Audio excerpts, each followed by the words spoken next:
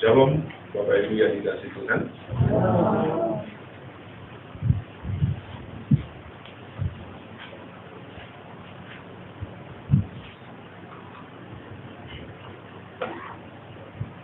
Satu pilihan yang sulit, yang tidak mudah bagi kita, tetapi saya percaya karena Allah yang akhirnya mengantar kita ke tempat kita pada hari ini. Mari saya ingin membagikan firman Tuhan yang selanjutnya dalam kitab Yesaya pasal yang ke-41.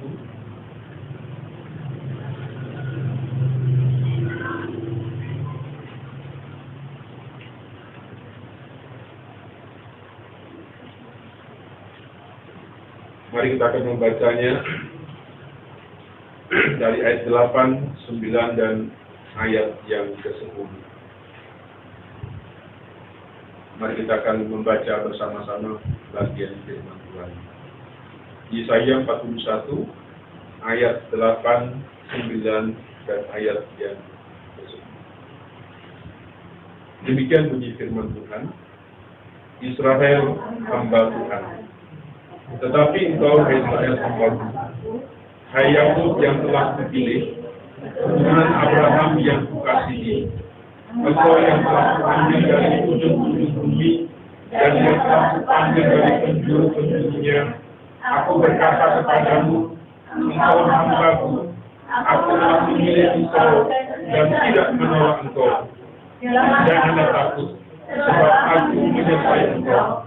Janganlah bimbang, sebab aku ini Allahmu. Aku akan meneguhkan, bahkan akan menolong engkau. Aku akan memegang engkau dengan tanganku yang membawa kemenangan. Janganlah takut, sebab aku menyertai engkau. Janganlah bimbang, sebab aku ini Allahmu.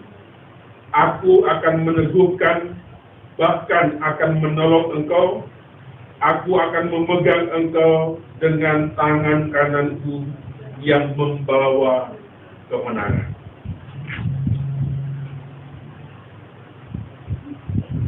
Bapak Ibu, Saudara yang dikasihi Tuhan, selama 1 minggu ini mungkin sudah banyak hal yang kita dengar, sudah banyak yang kita baca tentang situasi yang sedang terjadi di tengah-tengah negeri kita. Bahkan secara mengglobal terjadi satu wabah, satu virus yang sangat menakutkan.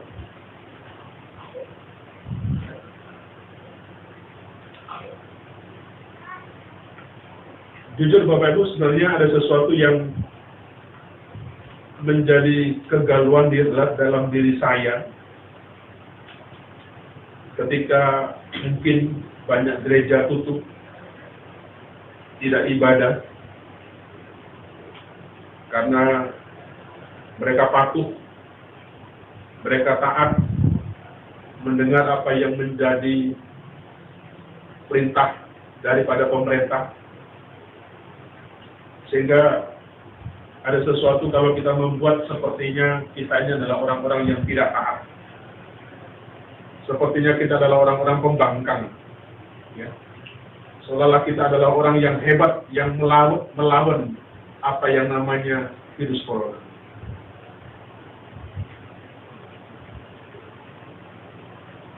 Kegalauan saya hanya satu.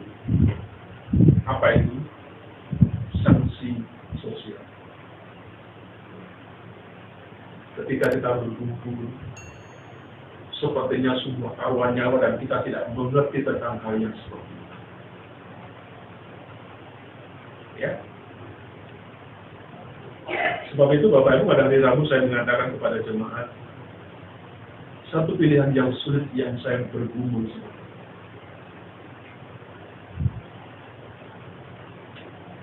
Saya berdoa kepada Tuhan, Tuhan, apa yang harus kami kerjakan di tempat ini. Ya. Sehingga saya berkata kepada jemaat pada waktu itu, mari Bapak Ibu, jangan ada yang menghakimi satu dengan yang lain. Kalau hari ini kita datang, kita bukan orang-orang yang kuat, bukan iman kita yang hebat. No, tidak. Ya. Kita orang-orang yang berani menangkap semuanya. Bapak Ibu, saya pikir tontonan-tontonan itu Bapak Ibu sudah dengar seperti itu. Dan satu hal yang saya berharap, jangan sampai hal-hal yang kita dengar, hal-hal yang kita baca, yang kita lihat, itu membuat kita kemudian menjadi takut. Sebab itu kata firman Tuhan kepada kita, janganlah takut, ya, sebab aku menyertai engkau.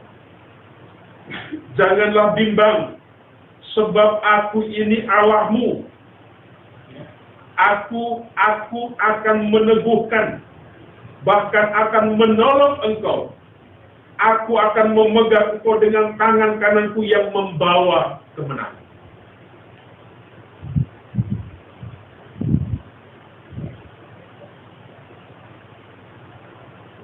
Bapak itu dikasih Tuhan,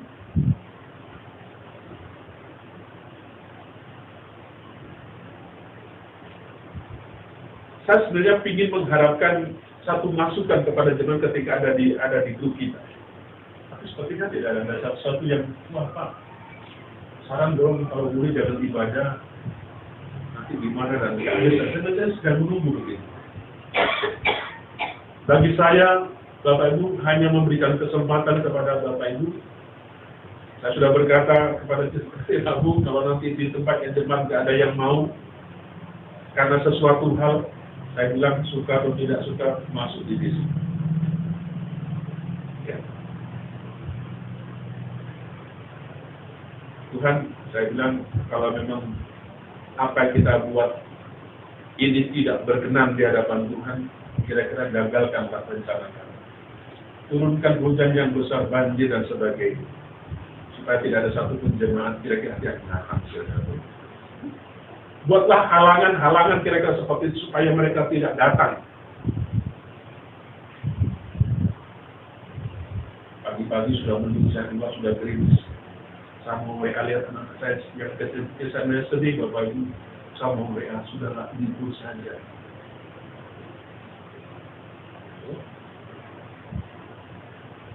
Libur saja, kalau saya mau ngomong begitu. Tapi saya heran, ini cuaca kok semakin hari kok panas gitu. Ada yang senang katanya, yang katanya kalau sudah panas gitu, betul atau tidak Pak Kornis, kalau panas itu katanya virusnya mati gitu. Nggak tahan katanya. Terlepas itu saja Bapak Ibu, saya sebenarnya jujur bergumul seperti ini. Tidak ada sesuatu kekuatan untuk kita bisa menghadapi apa yang sedang terjadi di tengah-tengah sekitar kita.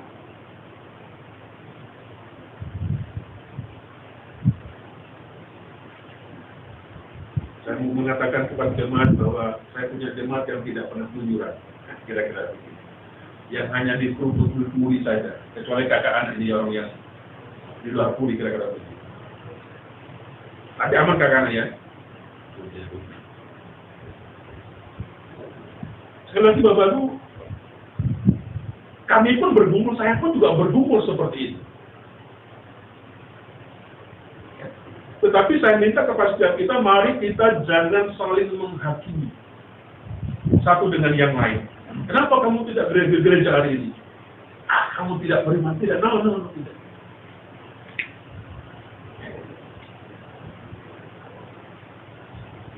Saya satu minggu ini ikut, ada yang meninggal, tiba-tiba pendeta meninggal, kapan hari melayani meninggal, macam-macam. Tidak ada sepertinya berita yang baik. Bahkan terakhir di Kerawang, pejabat kita pun terindikasi seperti itu. nggak tahu. Apakah si corona hari ini ada di sini, saya juga nggak tahu. Tapi maksudnya si corona yang cantik gitu loh, yang di foto itu ya, namanya corona. Bapak tidak ada yang tahu. Ya. Bagi orang yang masih muda katanya corona nggak laku. Tapi orang yang sudah lansia ini yang katanya rawan sekali dengan corona ini. Nggak doyan sama anak muda seperti itu. Saya tidak tahu mana yang benar. Tetapi Bapak Ibu, apapun berita itu sangat-sangat menakutkan. Sangat-sangat mengerikan seperti itu.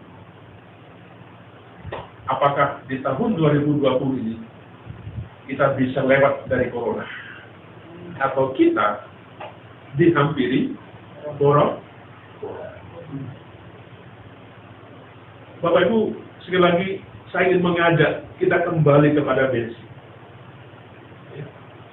Mari sekali lagi saya minta kepada kita, apa yang kita kerjakan, apa yang kita lakukan, kita yakini seperti itu. Apa yang dikatakan firman ini, jangan takut, jangan bimbang. Memang Bapak Ibu, konteks daripada latar belakang ini berbicara tentang satu keadaan bagaimana orang-orang Yehuda, bangsa Yehuda itu ditawan oleh bangsa lain. Tidak dalam waktu yang singkat, 150 tahun, bangsa Yehuda ada dalam tawanan bangsa-bangsa lain. Ya.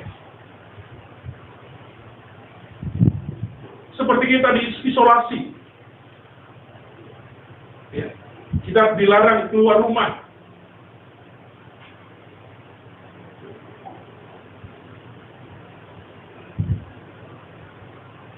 Saya jemput Iva karena banjir kapan hari.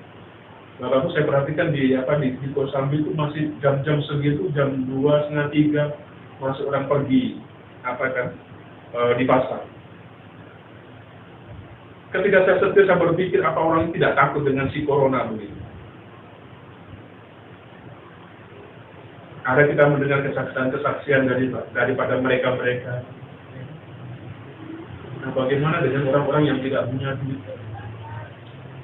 Dia bergumul tentang itu.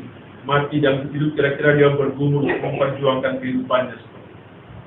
Seperti yang biasa-biasa. Tetapi dari satu sisi, ada hal-hal yang sangat mencemooh.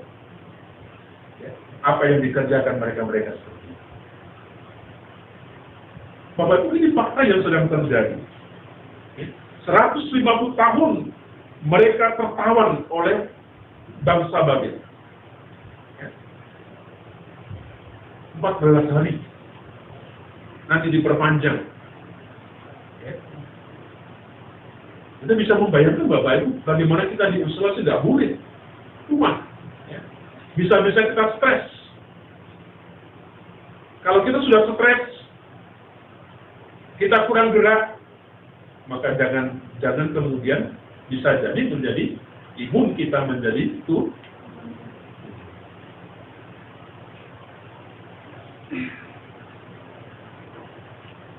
Bapak Ibu,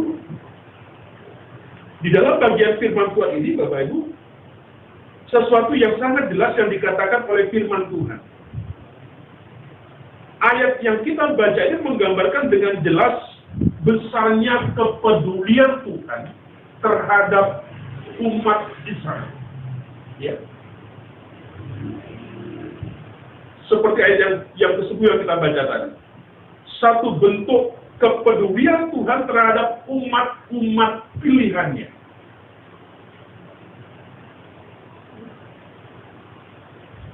Inilah sebuah janji yang sangat indah sebagai satu jawaban atas segala apa yang kita hadapi. Ya. Kalau Tuhan sudah berbicara ini seperti kepada kita, ya. Kalau Tuhan sudah berjanji seperti ini bagi kita, Bapak Ibu, Tuhan mau supaya kita ini tidak bimbang, supaya kita ini tidak takut.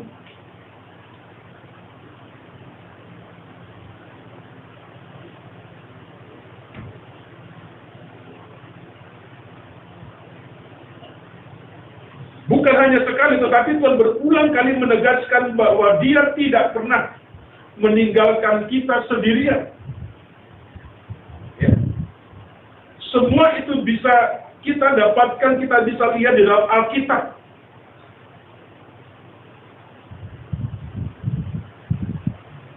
Nah, di sisi yang lain kita mendapati pula banyak seruan Yesus agar kita tidak takut menghadapi segala sesuatu.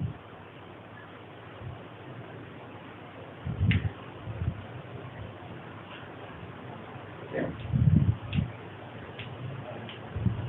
Jangan takut, percaya saja.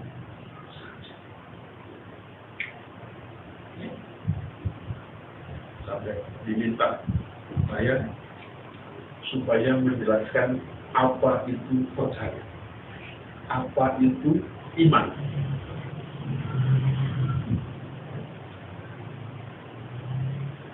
Supaya imannya tidak bocor, tidak konyol.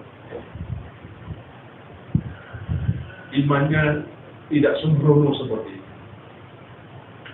Nah, Bapak kasih Tuhan, itu yang sedang terjadi sebenarnya pada waktu itu. Ya. Jangan takut, karena Tuhan yang menyertai. Aku akan meneguhkan, aku akan menolong, aku akan memegang engkau.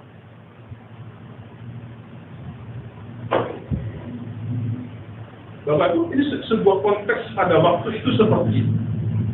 Ya.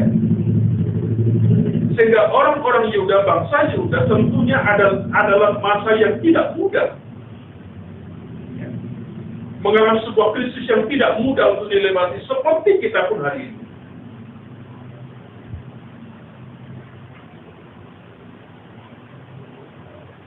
Nah, ada yang ingin saya bagikan secara khusus Bapak Ibu tentang apa yang dikatakan firman Tuhan di sini. Dari ayat-ayat yang saya sampaikan tadi, ada satu pertanyaan. Ya. Kenapa kita menjadi takut? Apa yang menyebabkan kita menjadi takut?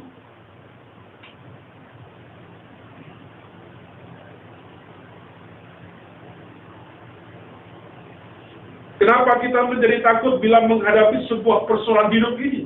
Kenapa itu takut?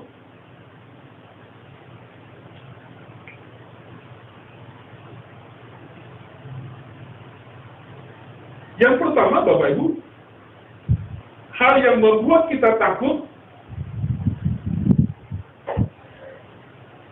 karena seringkali pandangan kita hanya diarahkan kepada persoalan hidup yang kita hadapi. Kenapa kita menjadi takut? Karena itu persoalannya. Ya. Pandangan kita hanya diarahkan kepada persoalan yang kita hadapi. Nanti kalau saya begini, nanti kalau saya begini, takutnya begini. Nanti kalau saya begini, akan takutnya begini. Ya. Tadi datang salaman nggak?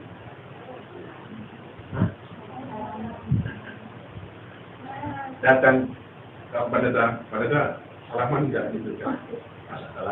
Salaman. Ya lihat orang lah kira-kira begitu kan. Sebenarnya ini orang-orang yang mandi atau kagak mandi kira-kira. Ya Bapak Ibu, sebenarnya kita ingin melakukan protokol seperti itu, aturan protokol yang ada ya. Masuk ke sini, Bapak Ibu seperti cek gitu kan, cuci tangan dan sebagainya. Percaya kita Bapak Ibu di rumah sudah pulang, sudah wudhu, kira-kira begitu, sudah cuci muka, cuci tangan bersih. Dengan tempat-tempat ini nggak ada yang lain yang dipegang. Kenapa itu terjadi, Bapak Ibu? Karena itu sebenarnya yang menyebabkan itu muncul. Kita takut karena pandangan kita diarahkan kepada persoalan hidup yang kita hadapi. Sehingga membuat kita merasa tidak sanggup untuk menghadapi.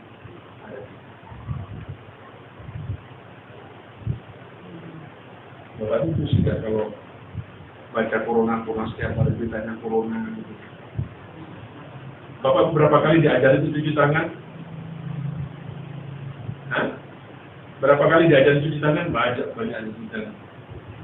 Mending kalau saya dikirimi banyak orang yang mati menurut beritanya di Badan Luar Nasional. Ada berita pendeta itu meninggal, pendeta itu kemarin melayani meninggal, ada peti yang dikirim berjejer-jejer. Berita-berita seperti itu. Ya. Sehingga Bapak Ibu kali membuat gerak kita menjadi sakit tidak nyaman begitu.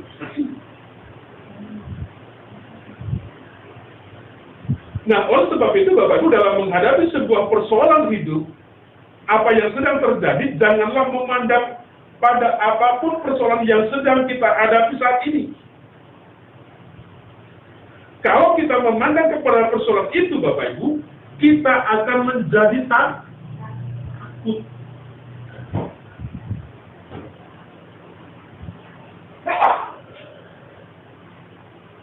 Kalau orang Muslim keluar dan mengucapkan, orang Muslim keluar mengucapkan apa? Kalau kita orang Muslim pergi keluar mengucapkan apa? Hah? Dalam nama Yesus kira-kira begitu. Sebenarnya sebuah doa sama yang kita panjatkan gitu, ya kan? Dengan sebuah harapan, ada sebuah perlindungan, ada sebuah penjagaan daripada Tuhan kepada setiap kita. Tetapi kalau selalu kita berorientasi, berfokus kepada masalah itu, kita akan menjadi orang yang takut, akan muncul semua. Sementara kita melawan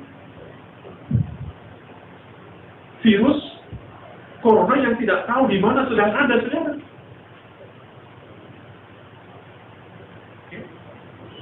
Tapi selalu yang ada dalam pikirannya, dalam hatinya hanya corona.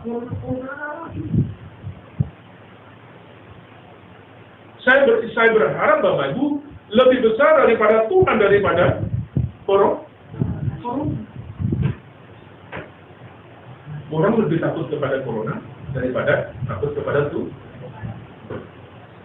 Jangan sampai dulu, ya. Jangan sampai Tuhan itu kecil menjadi fokus kita, menjadi pandangan kita, tetapi wabah, berita-berita itu yang selalu muncul seperti itu.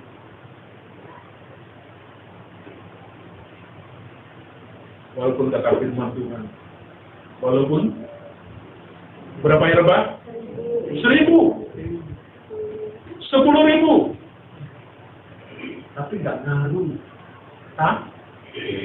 takut. Tidak akan menghampiri engkau. Ada sesuatu yang kita pegang Bapak Ibu. Tapi jangan kemudian kita menantang. Seperti saya katakan pada minggu yang lalu. Anjing nggak mandi nggak apa-apa kok nggak ini. Ya kalau kamu mau kayak anjing nggak apa-apa nggak usah mandi. Tidak. Apa yang dikatakan, apa yang dianjurkan oleh kesehatan menghadap seperti itu, lakukan. Cuci tangan. Kita baru sadar, kita baru tahu, ya. Dulu tuh ada sosial tentang cuci tangan, kita kurang apa yang cuci tangan, makan langsung, gitu kan?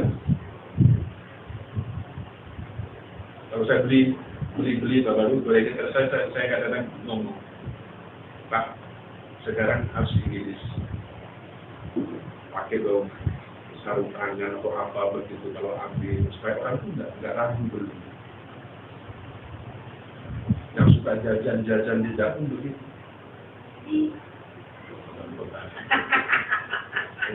Sudah apa celananya sudah seminggu nggak dicuci gitu kan, hilang pegang.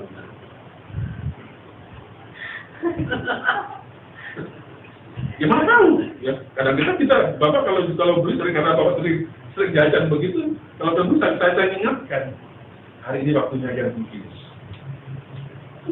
Ya, saling mengingatkan, itu tentu Bapak yang kita kerjakan tidak menjadi orang yang hebat karena tidak. Kalau Bapak merasa ke danau nggak pede pakai masker. Mau dibilang sehat atau tidak sehat, kalau merasa kita kurang pede, ya pakailah masker seperti itu. Kalau mau pede nggak pakai nggak masalah seperti itu. Tapi jangan sampai lupa makan maskernya dicopot. Nanti asik dengan maskernya, makan lupa kalau ada pakai masker seperti itu. Mari Bapak saya ingin mengajak kepada setiap kita, jangan hanya berfokus kepada persoalan, sehingga kita tidak dapat melihat bahwa sesungguhnya apapun persoalan yang kita hadapi, tetap bahwa itu pasti ada dalam keluar. Nah, dalam menghadapi persoalan hidup ini, Bapak Ibu, apa yang sedang terjadi sekarang ini, ubahlah cara pandang kita, mindset kita, paradigma kita yang kita ubah. Ya, saat persoalan datang, saat satu krisis datang kepada kita, Bapak Ibu, arahkanlah pandangan kita kepada Allah di dalam Yesus Kristus. Kalau kau bekerja, kira-kira harus bekerja, Bapak Ibu, arahkanlah pandangan kita kepada Allah dalam nama Yesus.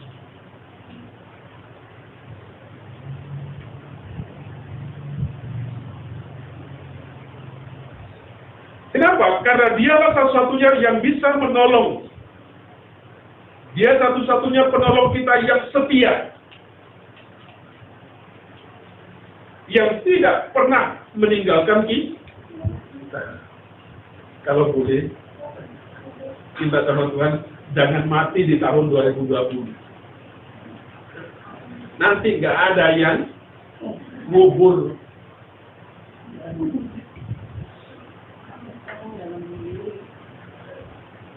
Jangan udah yang nyeret Bapak petinya begitu.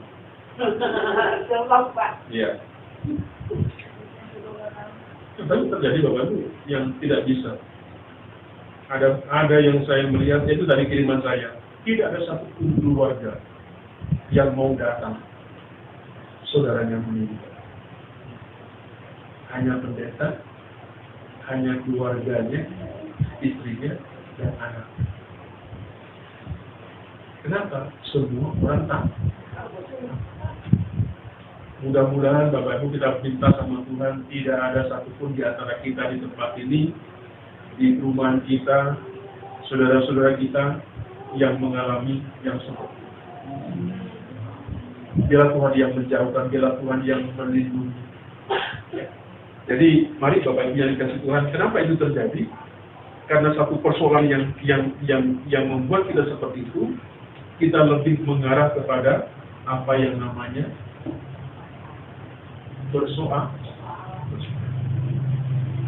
Saya berharap Bapak Ibu nanti ketika pun tempat ini Bapak Ibu tidak menjadi orang yang takut yang bimbang dalam apa yang sedang kita. Mari dengan sebuah kepercayaan kepada Tuhan, dengan memandang kepada Tuhan, bahwa Tuhan dengan sebuah janjinya yang sangat-sangat indah, kita menjalani akan kehidupan ini. Hari ini saya katakan, kata firman Tuhan, orang yang setia tidak akan pernah itu terjadi kalau memang Tuhan izinkan. Seizin itu. Yang kedua, apa yang menyebabkan menjadi takut? Yang membuat kita menjadi takut dalam menghadapi persoalan hidup ini, karena sesungguhnya kita tidak benar-benar percaya kepada Tuhan. Kalau kita jujur sebenarnya, kita ini dikatakan kata firman Tuhan, kurang percaya, tidak benar-benar percaya kepada Tuhan.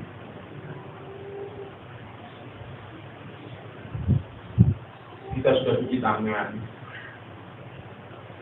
pakai des, mulut kita sudah kita tutup, apalagi sudah disemprot, apalagi sudah jaga jarak, itu sudah kita kerjakan. Tapi masih galau, masih takut begitu kan? Ya. Apakah nanti kalau kita periksa nanti ada pemeriksaan massal? Saya tidak tahu itu maksudnya gimana, kapan kita pemeriksaan massal? Ya. Untuk apakah kita ini corona? Nanti kalau kita diperiksa, pasti pertanyaannya, corona enggak? Gitu.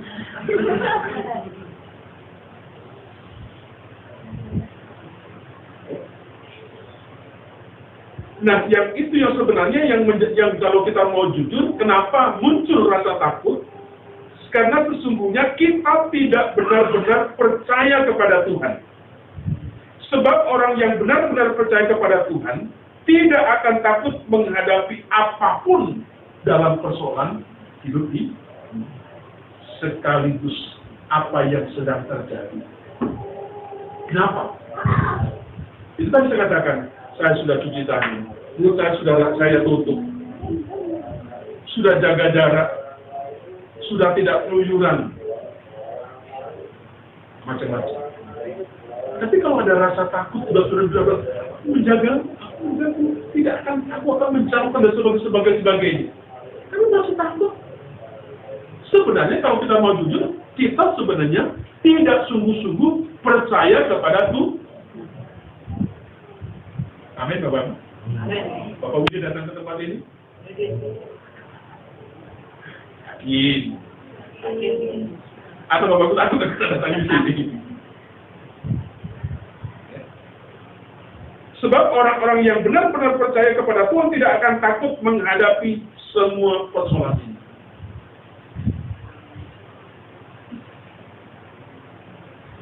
Nah, oleh sebab itu sebagai orang percaya kita harus berdiri teguh di atas kebenaran daripada janji firman Tuhan. Satu langkah, satu hal yang kita kerjakan sebagai tugas kita, bagian kita tadi. Ya.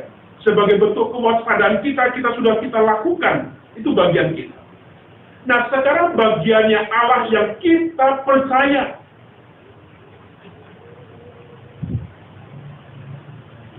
Itu yang kita harus pegang. Firman itu yang harus kita hidupi. Bapak Ibu tidak cukup. Firman Tuhan itu hanya segera diketahui menjadi satu pengetahuan. Oh ya, saya percaya. Kadang-kadang dalam diskusi kita, kalau kita ngomongnya enak, saya percaya, tapi, gitu kan. Saya ini percaya sama Tuhan, tapi.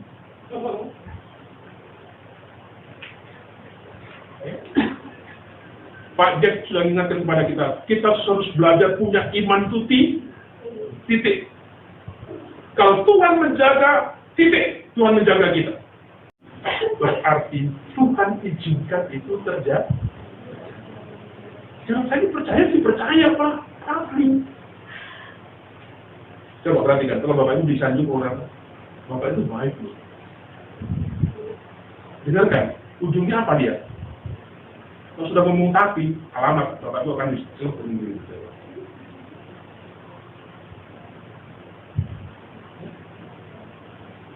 Jadi, kita harus berdiri teguh apa yang dikatakan firman Tuhan. Tidak ada sesuatu yang seringkali, di medsos kita, Bapak Ibu, ada perkataan-perkataan yang kadang-kadang saling meledek satu dengan yang lain. Pendeta yang tidak tahu diri, gereja yang menantang macam-macam, yang konyol, yang nggak beriman, macam-macam, sama-sama Kristen saling menghakimi. Ada salah sebuah pendeta yang di Jakarta untuk mengatakan, kenapa sinode itu ketua sinodenya takut tentang begini? Kemudian minggunya diumumkan, hari ini libur. Itu ledek-ledekan sama pendeta. Masa pendeta itu punya begitu, bagaimana begitu? Jangan. Kita tidak mau seperti itu. Bapak Ibu, saya katakan, jangan salah. Ada sesuatu yang sebenarnya menjadi sanksi bagi kita.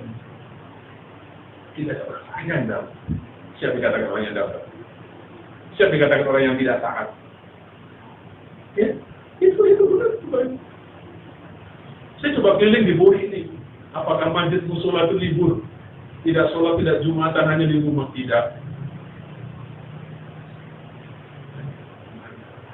Ya, kita tidak tahu apakah dia benar tidak, kita tidak mau mengatakan menjadi tidak sudah. Tidak, kita gitu. Tapi saya mengamati bagaimana situasinya. Apakah benar-benar sudah puri ini, orang sudah tutup di rumah?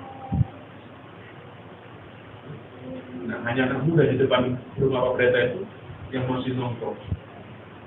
Anak muda, gambung muda. Bicara nyanyi-nyanyi di lapangan. Nggak ngerti corona dia. Kita aja ngerti corona, nggak ngerti corona. Buktinya di situ bukan malu Bapak Ibu, begadang di situ.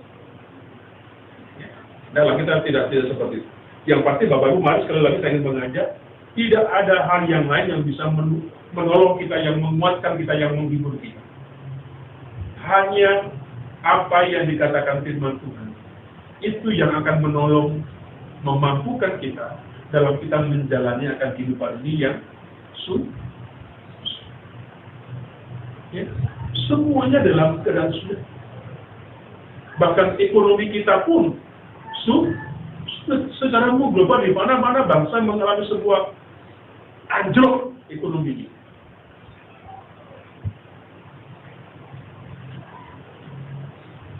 Ada berita dalam beberapa sebelum ditutup, banyak orang-orang Indonesia yang pergi kabur ke mana? Ke Singapura katanya gitu. Waktu terjadi sebuah kerusuhan 98. Terjadi sesuatu yang kadang seperti itu. Tentunya mereka-mereka yang pergi, saya yakin bukan orang-orang yang biasa. Ya. Kita buru-buru pergi dengan sadar dibatasi, kita takut bagaimana nanti kita nggak bisa cari oleh saudara-saudara. Jadi Bapak Ibu, mari saya ingin mengajak pada pagi hari ini, apa yang Tuhan sudah katakan kepada kita Bapak Ibu, mari kita sungguh-sungguh hidupi. Pegang sungguh-sungguh. Jangan hanya sebuah pengetahuan saya tahu Pak, ayat itu, Yesaya 91 ayat 10, janganlah takut, saya sudah hafal Pak. Tapi hafal kok masih takut? Ya. Kenapa masih was-was? Kenapa masih galau seperti itu? Jadi dikatakan, aku sekali-kali tidak akan membiarkan engkau, dan aku sekali-kali tidak akan meninggalkan engkau. Apakah dalam seperti ini Bapak? Dalam kehidupan kita yang banyak masalah. Kalau Tuhan sudah berbicara seperti ini kepada kita, dan kita belajar hidup seperti apa yang Tuhan katakan, masa sih janji Tuhan itu tidak tergenapi dalam kehidupan kita? Tetapi wajar, logis, kalau kemudian kita menjadi takut, kita menjadi bimbang, karena Tuhan bukan menjadi sebuah kekuatan kita. Ada sesuatu yang menjadi kekuatan. Mari kita pulang, kita beraktivitas dengan membawa kebenaran itu menjadi satu pedang bagi setiap kita. Ketika Daud berperang melawan Goliat, kalau Goliat perang maju, karena ada kekuatan yang dalam dirinya. Tetapi Daud datang melawan Goliat. Dalam nama itu, kita mengerjakan sesuatu, kita beraktivitas sesuatu, kita membatasi sesuatu kita. Ya. Dalam nama itu, biarlah Tuhan yang memberkati kita. Mari kita maju bersama-sama, kita melangkah bersama-sama, apapun yang sedang terjadi, mari kita datang kepada Tuhan. Mari kita berdoa kepada Tuhan, kita berseru di hadapan Tuhan. Kalau ada di antara saudara-saudara kita yang takut, mari kita bantu dalam kita berdoa di hadapan Tuhan. Biarlah semua kita di sini, kita boleh berjalan seperti apa yang menjadi hidup. Mari kita akan berdoa. Saya ingin menyanyikan satu pujian, puji tidak takut, sebab engkau beserta.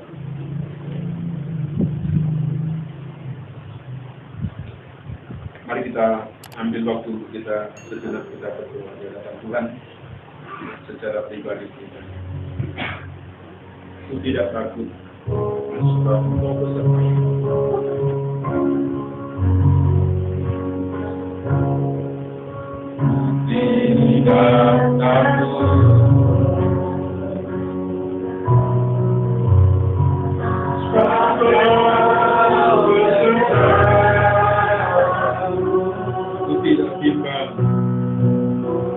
Yesus